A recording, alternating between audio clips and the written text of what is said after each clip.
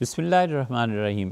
تعلیم کی ترقی میں مدارس کا بہت بڑا حصہ رہا ہے، اور یہ ایسا موضوع ہے جس پہ پہروں بات کی جا سکتی ہے، اور حقیقت میں ان مدارس کا بہت بڑا احسان ہے کہ باوجود قلت اسباب کے انہوں نے تعلیم کے فروغ میں مکمل کردار ادا کیا۔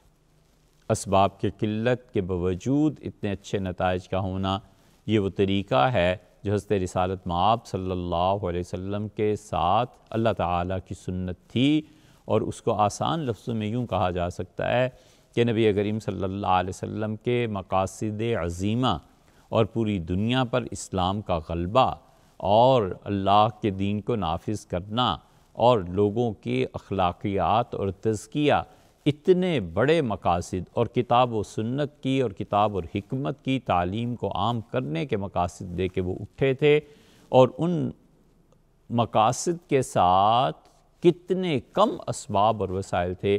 آپ کبھی غور کریں تو وہاں پر فقر تھا، فاقہ تھا، بھوک تھی، زمین پہ سونا تھا، حتیٰ کہ اتنے کپڑے بھی میسر نہیں تھے لوگوں کو کہ وہ اس کو پہن کے نماز ہی صحیح طریقے پہ ادا کر سکتے۔ وہ کپڑوں کی اتنی قلت تھی کہ ایک کے بعد دوسرا اپنے آپ کو اس کے پس پش چھپا کر بیٹھتا تھا۔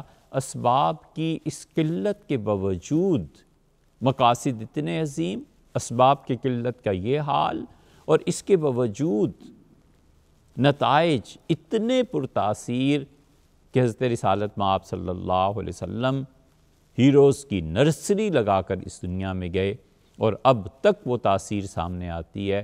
اب تک رسول اللہ صلی اللہ علیہ وسلم کے معجزات امت میں کبھی کبھی سامنے آتے ہیں۔ حضرت شاہ ولی اللہ محدث دہلوی رحمۃ اللہ علیہ کا دلی میں پیدا ہونا، اور ان ابتر حالات میں حجت اللہ البالغہ، الخیر الکثیر اور البدور البازغہ اور اتنی بڑی بڑی کتابیں، اور سلطان صلاح الدین ایوبی رحمۃ اللہ علیہ کا قلت اسباب کے باوجود بیت المقدس کی آزادی اور یہ سب چیزیں، یہ نبی کریم صلی اللہ علیہ وسلم کے وہ زندہ معجزات ہیں اور تھے، جو کہ ان کی ذات پاک کی طرف حقیقت میں منسوب بھی کیے جاتے ہیں، اور یہ حقیقت اور امر واقعہ بھی ہے۔ مدارس نے قلت وسائل کے باوجود حیرت انگیز کام کیے۔ تعلیم کی ترقی کے لیے انہوں نے نظام برپا کیا۔ فرنگی محل والوں نے مستقل نظام تعلیم بنایا۔ دلی کے عربی کالج کا مستقل نظام تعلیم تھا۔ آپ جہاں سے چاہیں اسے شروع کر لیں۔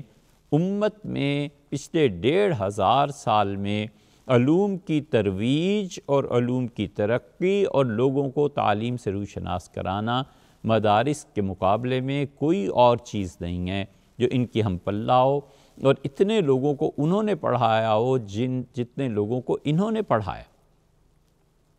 ہمارے ملک میں دیکھ لیں، 20 لاکھ سے زیادہ طلبہ اس وقت مختلف مدارس میں تعلیم حاصل کر رہے ہیں۔ وہ مکتبہ فکر کوئی بھی ہو، لیکن بہرحال وہ پڑھا رہے ہیں، اور ان پڑھ سے یہ پڑھا لکھا بچہ زیادہ اچھا ہے، بشرطے کہ اس کے ساتھ ساتھ اس کی تربیت بھی کی جائے۔ سقراط نے کسی زمانے میں کہا تھا کہ 90% تربیت اور 10% تعلیم کافی ہوتی ہے۔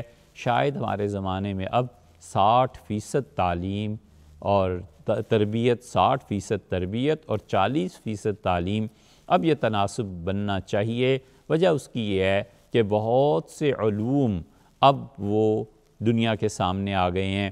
ہر علم میں ہر آدمی جا بھی نہیں سکتا، پڑھنا بھی پڑتا ہے، محنت بھی کرنی پڑتی ہے، تو 40% علم کے ساتھ 60% تربیت کبھی بھی مسلمان معاشرے میں آ گئی تو یہ اپنا کھویا ہوا مقام پھر حاصل کر سکیں گے۔ ان مدارس میں پڑھایا جاتا ہے، ان مدارس میں لوگوں کو تہذیب اور تربیت بھی دی جاتی تھی۔ اب بھی اساتذہ کوشش کرتے ہیں کہ ایسے اچھے بچے تیار کریں، اور آپ دیکھیے صرف مغربی علوم ہی کیوں، صرف وہی کیوں زندہ رہیں؟ جیالوجی پہ محنت ہوتی ہے، انجینئرنگ پہ محنت ہوتی ہے، میڈیکل پہ محنت ہوتی ہے۔ ہم نے مانا یہ ساری چیزیں ضروری ہیں، تو کیا مشرقی علوم اس کے ساتھ ساتھ ضروری نہیں ہیں؟ کیا آپ ایک ایسا ڈاکٹر بنانا چاہتے ہیں کہ جس کے دل میں قصاب کا دل ہو، جس کے سینے میں قصاب کا دل ہو؟ کیا آپ ایک ایسا انجینئر بنانا چاہتے ہیں کہ جس کو بالکل ادب احترام اور ان چیزوں کا پتہ ہی نہ ہو؟ دنیا میں یہ جتنے علوم بھی پیسے کا ذریعہ بنتے ہیں، اس کے ساتھ ساتھ ان بچوں کا دل گداز کرنے کے لیے، انہیں انسانی اخلاقیات سکھانے کے لیے، جو بھی ان کے معاشرے میں ادب ہوتا ہے، جو ان کے معاشرے کی شاعری ہوتی ہے، جو ان کے معاشرے کے قصے کہانیاں ہوتے ہیں، وہ ان کی شخصیت کو تعمیر کرنے میں زبردست معاون اور ایک بہت بڑا فیکٹر اور ایک بہت بڑا عامل ہوا کرتے ہیں۔ اس لیے یہ ضروری ہے کہ ہمارے بچے جہاں ویسٹ کے وہ علوم پڑھیں جنہیں پڑھ کر وہ کل کو نوکریاں کرنا چاہتے ہیں اور نوکر بننا چاہتے ہیں، اس کے ساتھ ساتھ ان میں جذبہ حریت، صحت مندانہ اختلاف، اظہار اور اظہار سے پہلے ادراک، کامل ادراک کے پیدا ہونے کی صلاحیت اور کامل ادراک کے بعد کامل اظہار تک پہنچنا، یہ چیزیں بچوں کو وہ معاشرہ سکھاتا ہے جس میں ان کی گروتھ ہوتی ہے۔ وہ علوم سکھاتے ہیں جو علوم ماں کی گود سے ملتے ہیں۔ کہانیاں بچوں کی تربیت کرتی ہیں۔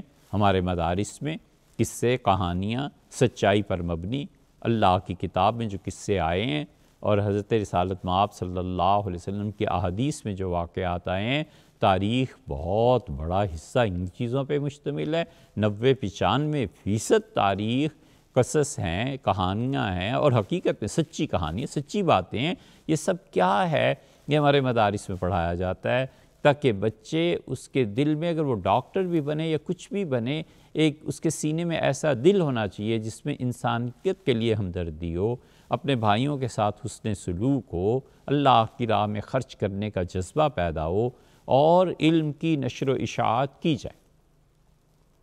حضرت شاہ ولی اللہ محدث دہلوی رحمۃ اللہ علیہ کے مدرسے کے ختم ہو جانے کے بعد اب ہندوستان کی تاریخ کو پڑھ جائیے، جنازہ پڑھانے کے لیے لوگ نہیں رہے تھے اور نکاح پڑھانے کے لیے لوگ نہیں رہے تھے۔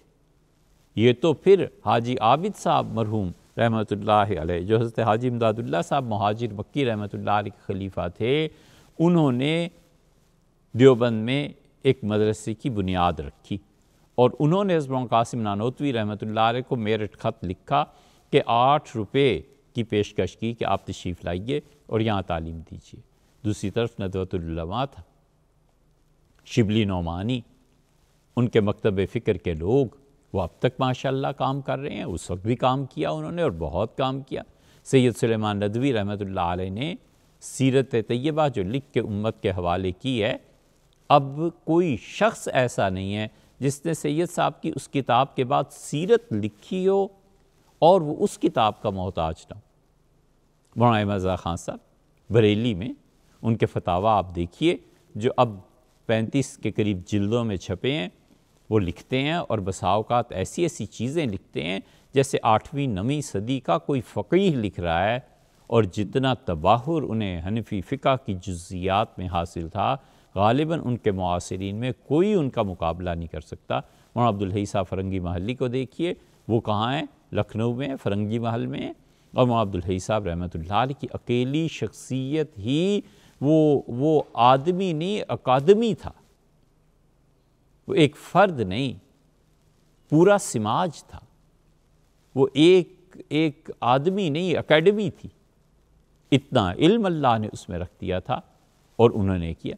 یہ سب مدارس ہی ہیں جنہوں نے پیدا کیا ایسے اچھے اچھے بچے، ایسے پڑھے لکھے لوگ، اور اگر یہ نہ ہوں تو آپ کے پاس سکولز کی اتنی تعداد ہے کہ آپ اس بڑھتی ہوئی آبادی کو صحیح طرح پہ تعلیم دے سکیں۔ آپ کے اتنے اسباب اور وسائل ہیں کہ آپ ان کے لیے جو ٹیچرز مہیا ہونے ہیں ان کی تنخواہیں تک ادا کر سکیں۔ آپ کے پاس اتنی یونیورسٹیز ہیں کہ یہ بچے پڑھنے لکھنے کے بعد، ابتدائی تعلیم کے بعد، متوسطہ تعلیم کے بعد جب ہائر ایجوکیشن کے لیے جائیں تو آپ کے پاس یونیورسٹیز ہوں جہاں پر آپ انہیں پڑھا سکیں۔ کس وجہ سے ہمارے بچے، ٹیلنٹڈ بچے، ذہین بچے،